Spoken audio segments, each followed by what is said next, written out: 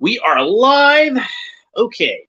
So sometimes, just sometimes, my inability to sleep properly has its advantages. And today was just such a day. So I went to bed, finished up all my paperwork that I needed to do, went to bed around 6 a.m. and woke up at like 10:30. So I got maybe like 4 hours of sleep, and I just could not get back to sleep. Very frustrating. So I decided to take care of some things that I needed to get taken care of. Like I had to get a new tag for my car, and like I was just not really wanting to go to the DMV at all. So I'm like, well, maybe I can do it online. Now I've been really late getting the tag renewed for my truck because it's been in the shop for so long, and out of sight, out of mind, I just completely forgot about it. So I'm quite a few months late getting my tag renewed on my truck. And I was really worried that they might have even just canceled the tag, and I might have to buy a whole new tag, and that would be expensive. And just going to the DMV in general is just a pain. So I really didn't want to do that. But and my work schedule's been so crazy lately that like my one day off, I've been getting off at like 8 o'clock in the morning, working all night the night before till 8 o'clock in the morning. So then I wind up sleeping till like 3 o'clock in the afternoon, and my day off is basically gone. So I've been working for the past few weeks without technically having a day off, and it's been wearing on me a lot. But since I got my truck back, I actually have been sleeping a lot better, because I guess that was one less thing that was weighing on me as far as stressing me out and everything. And so I got the tag taken care of, and I'm still driving with an expired tag technically. But if the cop runs it, you'll see that I bought a new tag, so it's not like even if it ain't on my truck, he'll see that I have it. Then I can be like, look, I'm just waiting on him to mail it to me. That's it. So I should be fine as far as that goes. But still, got the tag taken care of. I looked at my electric bill for the month, and like I've been, having roommates that would take care of that and generally just be like, you know, get my share of the, usually I wind up just paying like whatever bill, like the internet or the gas or whatever in my roommate situations. And they usually take care of the power bill. But now I'm the one who takes care of the power bill. So I wasn't really sure what to expect from a power bill. So I called my mom and I asked her, what do you guys pay for your power bill? And even though they live in a much smaller house than me, they actually pay quite a bit more for their power. So I felt like I was getting a pretty good deal after that. So I didn't feel so bad about the power bill anymore. And I still wasn't feeling like the slightest bit drowsy. So I had this weird urge out of nowhere. I just felt like I should go to Target. Hadn't been to Target in a while. Might as well go to Target. Can't get back to sleep. Might as well do something. I can eat at Del Taco while I'm over there. I like to eat at Del Taco. So anyway, when I went into Target, I saw a lot of cool stuff. They have toys from the new Blue Beetle movie out. So I will definitely be getting some of those to have on the show. Spin Master has a 3 3/4 inch Blue Beetle that I think will go good with my 3 3/4 inch Spin Master heroes. They've got a 12-inch figure that I think will go good with my 12-inch superheroes. So I like Jaime Reyes. He's a good character. I really enjoyed him on the Brave and the Bold cartoon. I thought they did a really good job with him on that. I saw that they had Shipwreck in stock, but of course I already have Shipwreck, so I didn't really need him. But it was nice to see him on the shelf. It's always nice to see new G.I. Joes on the shelf. They didn't have much in terms of Masters of the Universe. I know last time I was in Target, They had a few Masterverse figures that I wanted, but I just didn't have the money for them at the time. And I was kind of hoping when I went to Target, maybe they'll still have one of those. Hopefully, I can find them on Amazon or something. But when I walked by the Mcfarlane toys, oh man, I saw this bad boy, and it was the only one they had. Like, they didn't have any other ones. They had this one, and they had lots of the Blue Beetle figures from the movie, and they had lots of the Ted Cord Blue Beetle, which is slightly different from the one I have in the 2-pack, but not different enough that I need to buy it. I think I'm good with the one I have. Thank you very much. They had a Barry Allen Flash that was a comic book style Flash, and it looked great. And I would like to have that one, but they only had one of these. And let me tell you, folks, I wanted to pre-order this one on Amazon, like how a lot of the times I pre-order my toys on Amazon. And they were completely sold out of this one instantly. Like when I saw, oh, it's up for pre-order, and then I went to look for it, it was gone. And I kept checking back to see if I could find it for pre-order. Never did. And when I finally saw one that was for sale on Amazon, it was from a third-party seller, and they were selling it for like $8 over the retail price, and it was not free shipping. So that would be a figure that would cost me almost $40 at that point if I bought that one off of Amazon. And I was just thinking to myself, man, I've been looking forward to this figure so much, and I really need to have this figure. And if I've got to pay a premium price for it, I'm going to do it, but it's going to have to wait a little bit. I just don't have the money right now to spend on something like that, especially that kind of money. But I woke up and I couldn't get back to sleep. And I had the weirdest urge to go to Target. And when I got to Target, I saw one of these on the shelf. Just one. And I don't know what kind of deity you believe in, if you believe in a deity at all. Maybe it was God speaking to you. Maybe it was the will of the Force. Maybe it was just the inexorable pull of the gravity of the universe. But everything lined up in such a way that I found myself at that Target, looking at that shelf, seeing the one Knightfall Batman that they had. And I had to buy it. You know, it's like, like I said, money's still a little tight for me. I got my truck back. I'm getting paid better since I'm not having to rent the car. So I've got more money coming in, but I'm still a little behind on things, and I need to get caught up. But this was just something that needed to happen. This was just something where there was this inexorable draw to me to find this action figure and make it a part of my collection. This is my reward for the hard times that I've been through for these past few months. This is things turning around and getting better. This is a symbol of that. So normally Batman is a symbol of justice. And that is exactly what happened with me in this case. This is the universe, you know, giving me a little bit of a respite. So I do appreciate that. So I've been talking for almost 10 minutes about the story about how I bought this action figure. But you didn't come here to hear that story, did you? No, you want to hear me talk about the action figure itself. So I thank you for your patience. And let's go ahead and we will open him up and talk about this figure. And I don't know, where is my X-Acto knife? Because I need my X-Acto knife. And I've got things kind of rearranged over here because I've still got the big table set up from when I did the Point Dread and Talon Fighter yesterday. And I've still got a bunch of my He-Mans on it. That's where I'm sitting my drink right now. Because I figure I got table space over there. I might as well. There's my X-Acto knife. All right. So we're going to get on to this. First, let's have a quick look at the packaging.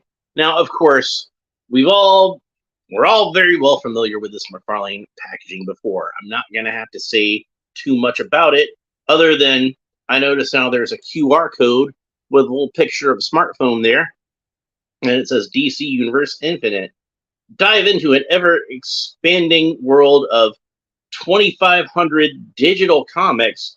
Download the app at dcuniverseinfinite.com. So I guess that's going to be like the new version of the DC app. I missed the old one where you could actually stream shows on it. That was really cool. But I guess they figured they didn't need it with HBO Max, which is now Max. So it's got that in other languages over here. I'm guessing that's the same QR code, though. Now, the illustration on the back is interesting because, like I said, this is labeled as Knightfall Batman. So, Batman, Knightfall. And, of course, if you read Knightfall, you remember that when the story started, this is what Batman looked like in that story, which is a pretty standard Bronze Age blue and gray Batman. You know, this is the Batman that we remember was drawn by Neil Adams and Marshall Rogers and Irv Novick and Don Newton and Jose Luis Garcia Lopez and Graham Nolan and Norm Brayfogle, and just a lot of really great Batman artists have drawn this particular iteration of Batman. And most notably, as far as Knightfall goes, would be Jim Aparo, who was kind of like, oh, hey, there's Aunt June. Hi, Aunt June. Okay. So Jim Aparo was kind of like the Kurt Swan of Batman comics. And he was a workhorse and did so many Batman comics from the 70s to the 80s and into the 90s. So at least as far as 1994, Batman number 500, that would have been the last regular issue of Batman that he drew. And he would come back and draw some issues occasionally after that in various stories.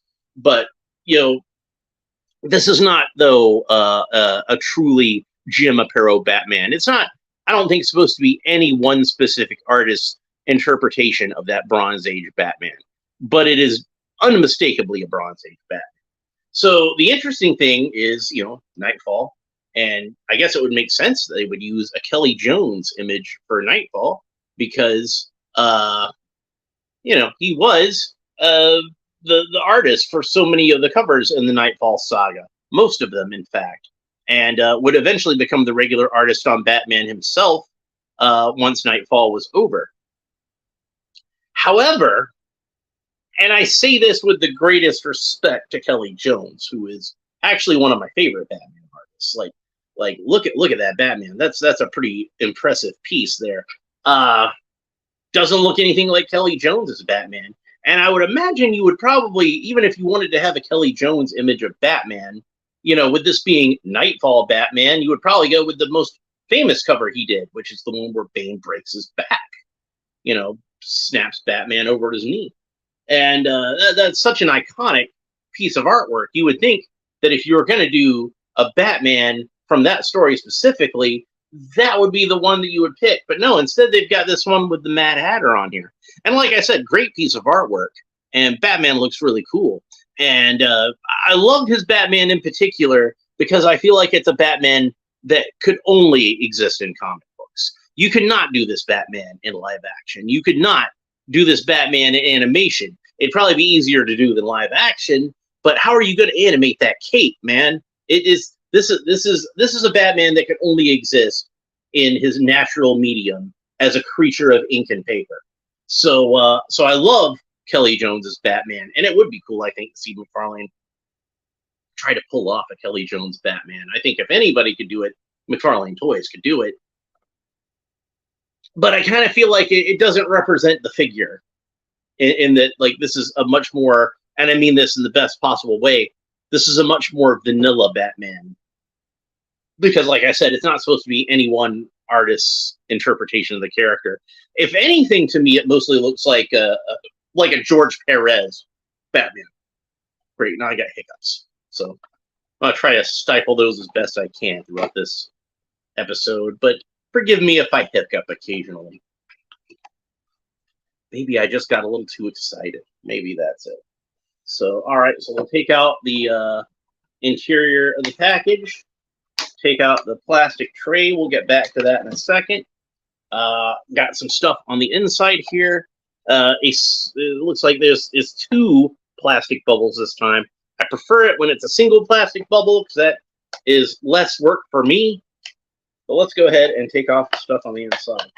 Now, again, standard Mcfarlane insert artwork. Lots of classic comic book covers in that monochromatic blue that we're used to by this point. Lots of covers of Batman, Green Lantern, various characters. And like I say, it's always really difficult for me to get these trading cards off when it's on its own bubble. That's why I like to have with the stand and the bubble together.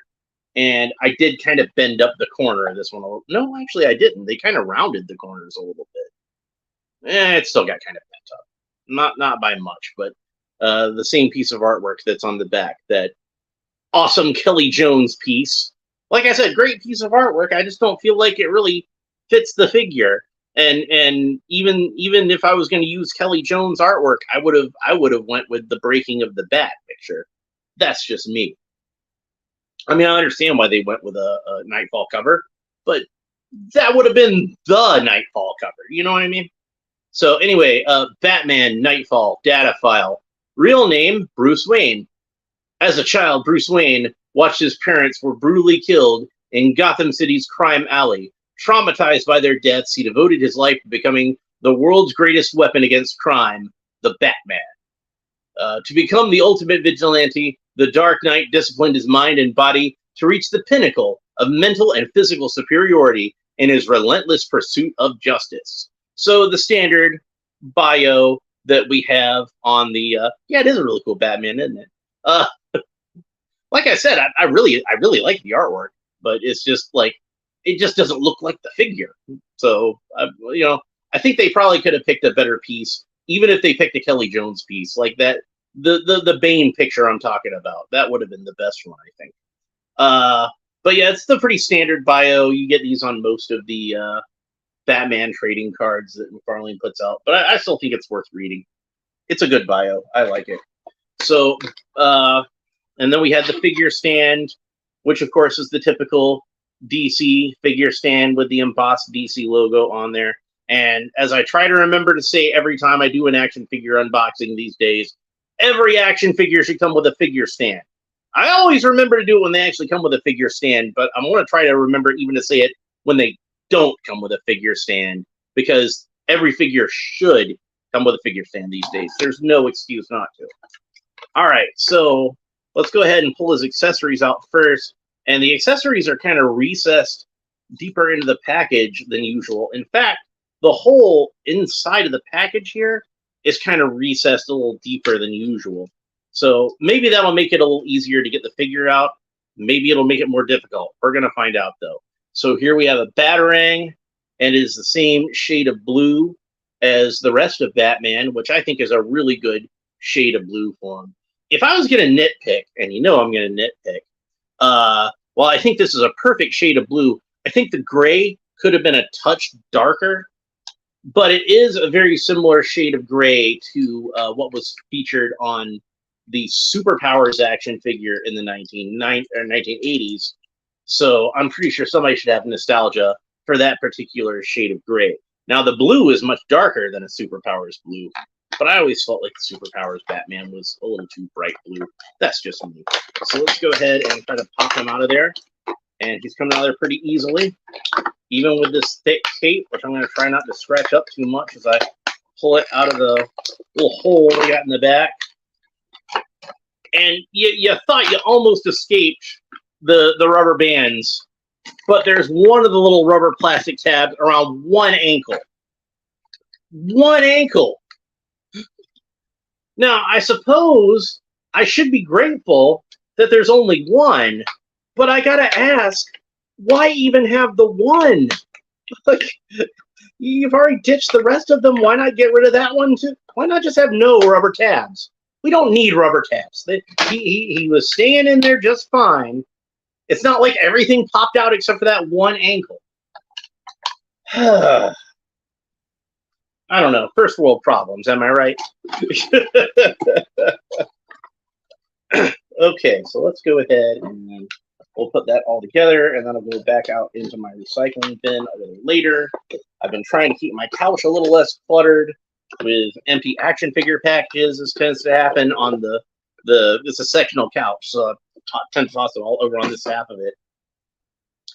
And I've been trying to keep up with it, but it's still just piling up. You've seen how many action figures I open on this show. All right, so here we have Batman out of the package, and that is an impressive looking figure. When you tell me to imagine Batman, that's pretty much what I'm going to picture in my head. That's as I'm going to think of the character. His cape did get a little warped by that packaging, by the way. So I'm hoping maybe if I hit it with a hairdryer, that'll soften it back up. It is a very pliable, rubbery plastic. So if a kid's playing with it, he should be able to, get his hands around the figure just fine. Get it under the cape. Let's go over the articulation real quick. And this is pretty standard Mcfarlane articulation. So he's got a ball joint at the neck, and you can see that the joint is actually at the base of the head where it meets the neck. A lot of times with Batman, they wind up putting the joint down here and making the neck more seamless, but not with this one. This one, they have it, right at the base of the head. It still looks good, so no complaints there. His arms can move up about that far. He does have a butterfly joint that kind of helps with that. They rotate all the way around like so. Move down about that far, so that's about how far you can put his arms at the sides. He does have a bicep swivel, goes all the way around, as you can see. Does have double jointed elbows, which that one is moving just fine. That one is moving just fine. That's how far up his elbow curls. So great articulation at the elbows. He does have the cool Mcfarlane ball jointed wrists, and it's the newer type of ball jointed wrists where they actually sculpted some wrinkles into the ball joint.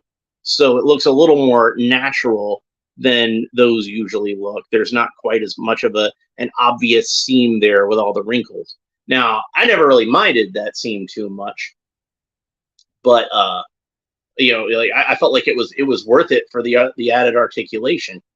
But excuse me. Now that they found a way to hide that articulation pretty well, I'm not going to complain about it. He's got the good Mcfarlane torso articulation, so we can bend him down about that far, bend him back about that far. You can get all kinds of cool poses with the hips and the rib cage, and get him tilted whichever way. He's got the typical Mcfarlane rubber trunks, so it helps to hide the joint there. That's about how far his leg moves up, so not quite 90 degrees. Again, the rubber trunks kind of hinder it slightly, but I kind of feel like that's still enough that you can get some good posability out of these legs. He can do the splits, no problem. He did kind of pop back down because like the plastic's heavy enough, the gravity pulled it back down. But that's about the extent of his splits. He does have double jointed knees that move back about that far, so good articulation at the knees. He does not have a boot cut. He does not have a thigh cut, but it's still well articulated enough. I figure you could probably get him into about any kind of pose you would want to get Batman into. So, and then he's got the cool ball jointed wrists or ball jointed ankles again. But actually, I don't think these are quite the ones we're used to. It almost seems like, no, it's just frozen on that one. So I'll probably have to, I'm going to try to coax it just a little bit. I don't want to break it. Yeah, I think I'm going to have to apply some heat to that one. Never force your joints. Never force your joints. That's a good way to break your joints. So just kind of, if you can't coax it, try to gently coax it first. And if you can't do that, then apply some heat. Use the hair dryer. This is an invaluable tool for an action figure customizer because it can soften up the plastic and you can pop off various joints a lot of the times. And in a case like this, applying some heat to it is going to work pretty well. I believe this is supposed to rotate this way, but it seems like both of those joints are frozen there also. But yeah, so that'll have to be softened up a little bit. So, but yeah, don't ever force it. You don't want to break it. Like I said, the colors on this figure are really good, and the blue is perfect. This is exactly the shade of blue that I want of a comic book style Batman, particularly a Bronze Age comic book Batman. It's absolutely perfect for that. Like a lot of the times in the Bronze Age, throughout the 70s and 80s mostly, they tended to color Batman's the blue parts of his suit in a cyan kind of color. But Neil Adams in the 70s started to experiment with adding a slight mix of magenta in with the cyan, which gave it a much darker blue, which I feel like was more appropriate for Batman. But I guess, like, they just kind of tended to default to the traditional cyan blue throughout most of the 70s and 80s regardless. But occasionally I would find a Batman comic during the 80s where they give him this darker shade of blue that I really like. The one that immediately comes to mind is the issue of Secret Origins, where Marshall Rogers illustrated it with the origin of the Earth 2 Batman. And I remember that it was colored with that darker shade of blue and just looked amazing. God, I love Marshall Rogers. I miss that guy every day. So truly one of the great comic book artists, and one of the great Batman artists especially. So, but like I said, this is kind of a sort of, it's not supposed to be any one specific artist. It's definitely supposed to be like that Bronze Age sort of look, though.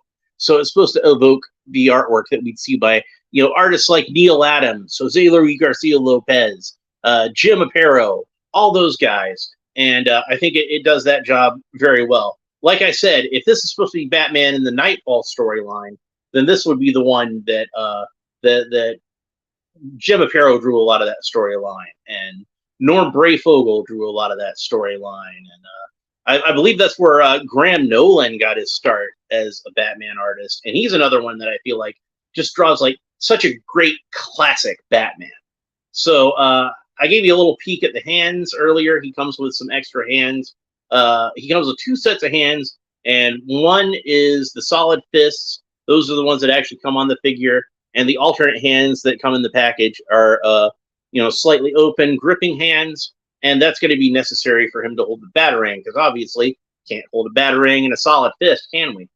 So let's go ahead and put the Batarang in his hand and see what it looks like with that, and pretty cool, I think. So here we can come back and do like a Batarang throwing kind of pose where he's about to throw the Batarang. Now, it would be better if we had an open hand, kind of like where he's doing one of these numbers. So that would be really cool. But they can't just give him like that many hands, So he's already got 4 extra hands, so that's good. But maybe it might have been good if instead of one of these fists or instead of one of these gripping hands, he would have had one open hand like that. Just something to think about. Again, that's a nitpick. That's not like a hard criticism. So, really great figure. I've been looking forward to this one for a long time. I was really worried that, I wasn't going to be able to get him for a good price or be able to get him at all. But just thankfully, everything lined up in such a way where it's like if a certain series of events hadn't transpired in the way that they did, I wouldn't have got this figure today. And I'm really glad that I did. Sometimes you have something that happens in your life that is not, on the surface, such a great thing. Like you wake up too early and you can't get back to sleep. And that's always something that really frustrates me. And it's something that I have to deal with a lot.